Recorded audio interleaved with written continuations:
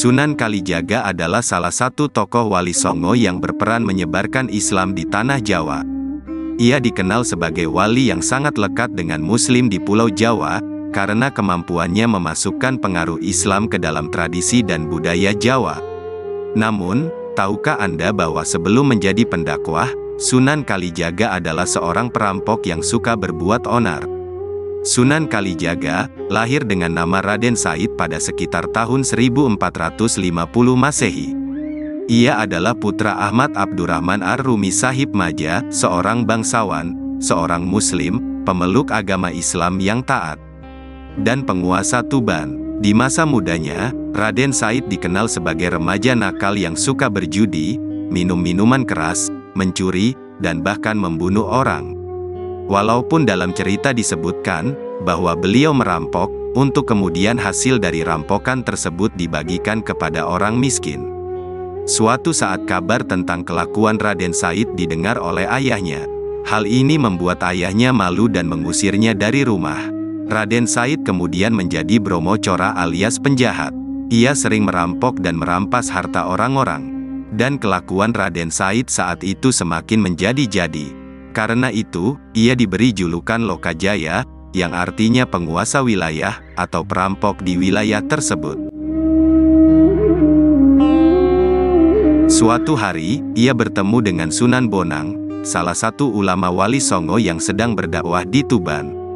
Raden Said berniat merampok Sunan Bonang, tetapi karena ketinggian ilmu dari Sunan Bonang yang bisa mengubah buah-buahan menjadi emas, Raden Said pun terpesona dan tertarik untuk belajar ilmu kepada Sunan Bonang. Ia terpesona oleh wibawa dan kebijaksanaan Sunan Bonang. Sunan Bonang pun setuju, Raden Said menjadi muridnya, dengan salah satu syarat, dia harus bertapa di pinggir sungai. Dan menunggu Sunan Bonang kembali lagi ke sini, dan tidak disebutkan kapan akan kembali. Raden Said pun setuju dengan syarat tersebut. Selama bertahun-tahun Raden Said bertapa di pinggir sungai tersebut, banyak perahu, orang-orang yang lewat pun menjulukinya sebagai orang yang jaga kali atau kali jaga, atau penjaga kali atau sungai. Lama-kelamaan, orang-orang sekitar pun menyebutnya sebagai Sunan Kalijaga. Kemudian datanglah Sunan Bonang dan menyatakan bahwa tugas yang diberikan kepada Raden Said sudah selesai. Sunan Bonang kemudian mengajak Raden Said untuk bertobat dan memeluk Islam. Raden Said pun menuruti ajakan Sunan Bonang dan menjadi muridnya. Ia belajar banyak tentang Islam dari Sunan Bonang dan juga dari Wali Songo lainnya, seperti Sunan Ampel dan Sunan Giri.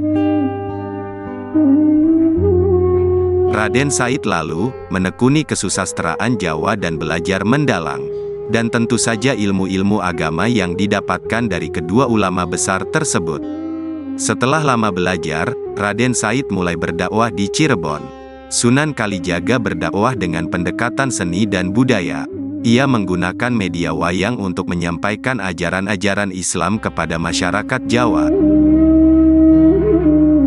Karena bergelut dengan budaya, untuk menyampaikan dakwahnya, beliau banyak sekali mengenalkan kebudayaan-kebudayaan baru untuk masyarakat di sekitar, sebagai sarana mengenalkan Islam di wilayah tersebut. Beliau juga menciptakan beberapa lagu-lagu religius yang masih populer hingga kini, seperti Tombo Ati dan Ilir-Ilir.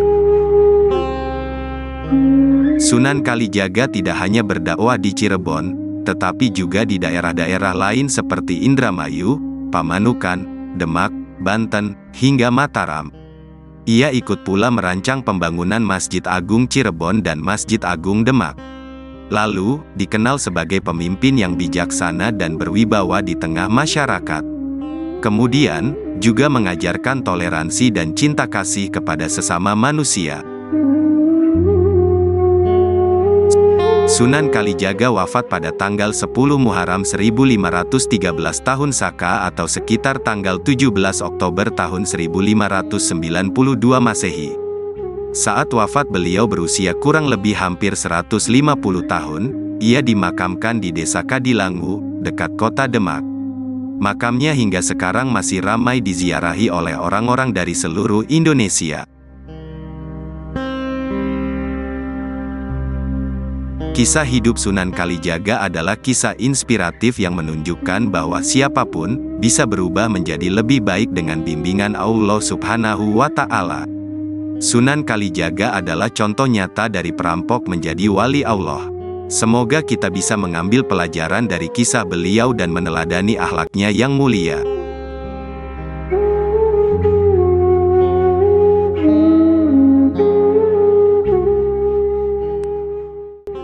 Terima kasih sudah menonton, semoga bermanfaat. Sampai jumpa di video kisah-kisah Islami dan inspiratif lainnya.